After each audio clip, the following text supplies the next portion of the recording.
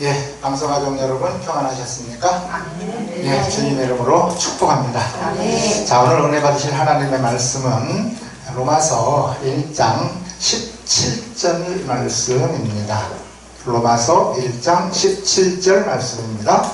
복음에는 하나님의 의가 나타나서 믿음으로 믿음에 이르게 하나니 기록된 바 오직 의는 믿음으로 말미암아 살리라 함과 같으니라.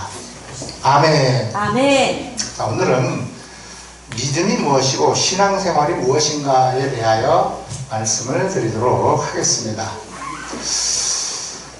믿음이 없이 이 세상을 살아가는 사람은 단 한 사람도 없습니다. 어린아이가 엄마 뱃속에서 나와서 본능적으로 엄마 젖을 찾아서 빱니다. 엄마 젖을 빨면 거기서 내가 먹고 살 젖이 나온다는 걸 믿고 빠는 것입니다. 아무리 빨아봤자 젖이 나오지 않을 것이라고 믿으면 절대 빨지 않을 것입니다.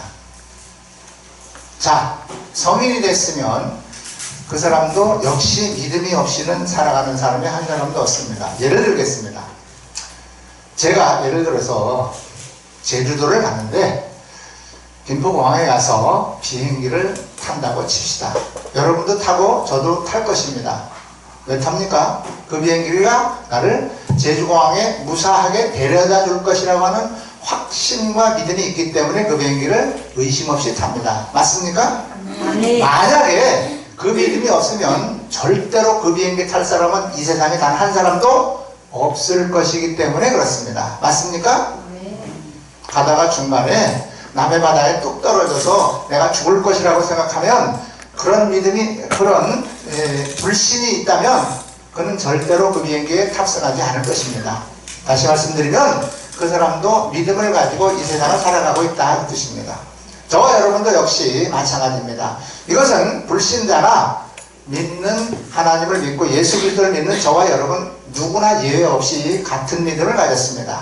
자, 오늘 제가 말씀드리고자 하는 믿음은요, 그런 믿음을 말씀드리고자 하는 것이 아니라 예수 그리스도를 믿고 신앙생활을 한다고 하는 저희들에게 하나님께서 요구하시는 믿음과 신앙생활이 무엇인가에 대하여 말씀을 드리고자 하는 것입니다.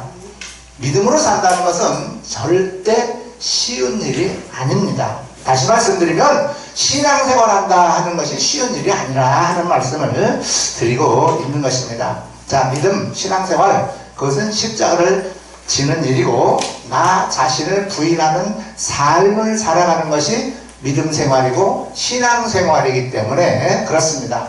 자, 참된 진짜 우리가 믿음을 가졌다. 그러면 우리가 어떤 신앙생활을 해야 될 것인가 하는 것을 몇 가지만 간단하게 말씀드리고자 합니다. 첫 번째는요, 신앙생활의 첫 번째 이제 우리가 해야 될 일은 무엇이냐면 버려야 될 것을 버려야 된다고 하는 사실입니다. 많은 사람들이요, 신앙생활을 하기 전에나 예수 그리스도를 믿기 전이나 믿고 나서 신앙생활을 한다고 하는 그 사람들이나 그 생활이 전혀 변하지 않습니다. 다시 말씀드리면 믿지 않을 때와 믿을 때와 전혀 차이가 없는 신앙생활의 모습을 보이고 있다는 것이죠. 버려야 될 것을 버리지 못한 채 신앙생활하고 있다 그 말입니다. 버려야만이 얻을 수가 있습니다. 무엇을 버려야 될까요? 이 세상에 있는 모든 것들을 다 버려야 하늘나라 천국을 쟁취할 수 있습니다. 믿으십니까? 예수님께서 마태복음 13장에서 천국은 이런 것이다 라는 것을 가르쳐주는 말씀 가운데 이런 말씀이 나옵니다. 어떤 사람이 남의 밭에 가서 이제 밭을 갈다가 보물을 하나 발견합니다. 그 보물을 거기다 도로 파묻어 놓습니다. 그리고 자기의 모든 소유를 팔아서 그 보물을 묻어 놓고 숨겨 놓았던 그 땅을 자기가 샀다라고 말씀합니다. 그러면서 천국을 얻으려고 하는 사람은 그와 같이 해야 될 것이라고 하는 것을 우리에게 가르쳐 주셨습니다. 다시 말씀드립니다. 그 사람이 그 보물이 묻혀있는 땅을 사기 위해서는 자기의 모든 소유를 다 팔았다고 하는 사실입니다. 그래서 그 보물을 샀다는 것이죠.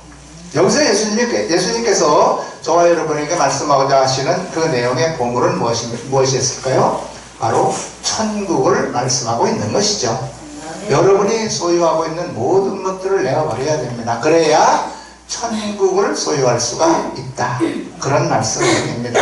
자, 얼마나 과감히, 얼마나 철저히 우리의 모든 과거에 신앙생활을 하지 않을 때 우리가 가지고 있던 것들을 버리느냐가 관건입니다. 그래야 하나님의 은혜로 채워집니다.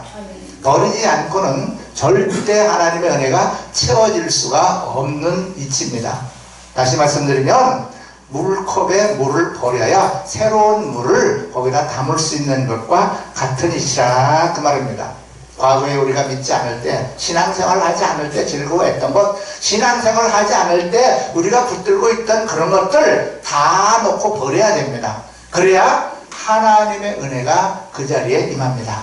믿으시기 바랍니다.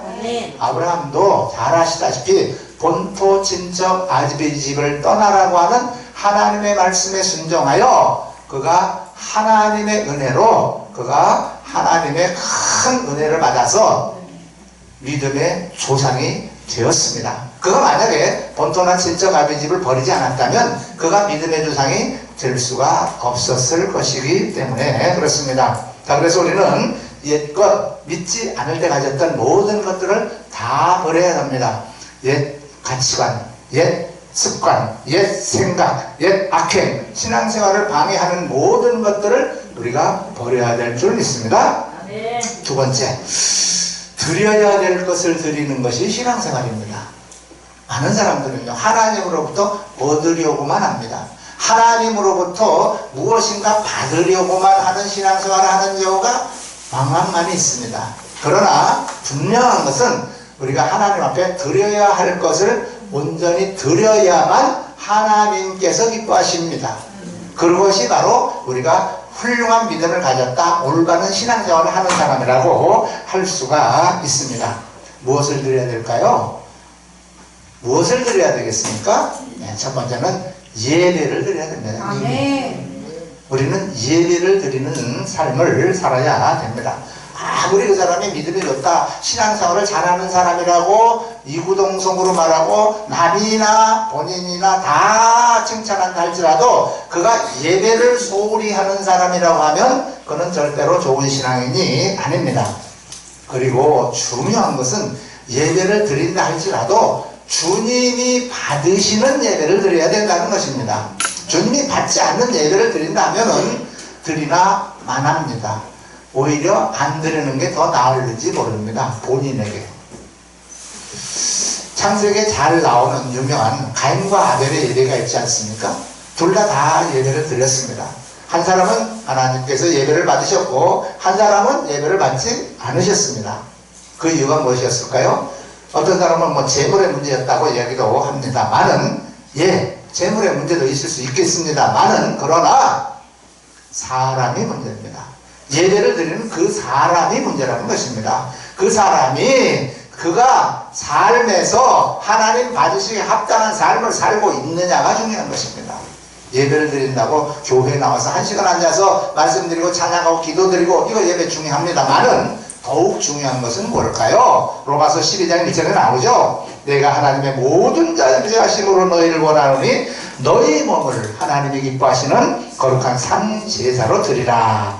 이렇게 말씀하고 있죠. 우리의 삶이 하나님께 예배 드리는 이 예배당에 와서의 삶과 같은 삶을 살아야, 그래야 하나님이 기뻐 받으신다 그 말입니다. 아멘. 예배당에서는 거룩한 하나님의 자녀이지만 교회당, 예배당 문만 나가면 엉망진창이며, 그리고 믿지 않는 사람이나 믿는 사람이나 전혀 구분이 가지 않게 인생을, 삶을 사는 사람들이 많지 않습니까? 그런 사람들이 와서 하나님 예배드리러 왔습니다 하면 과연 그 예배를 하나님이 받으실지 여러분이 한번 곰곰이 생각해 보시기 바랍니다.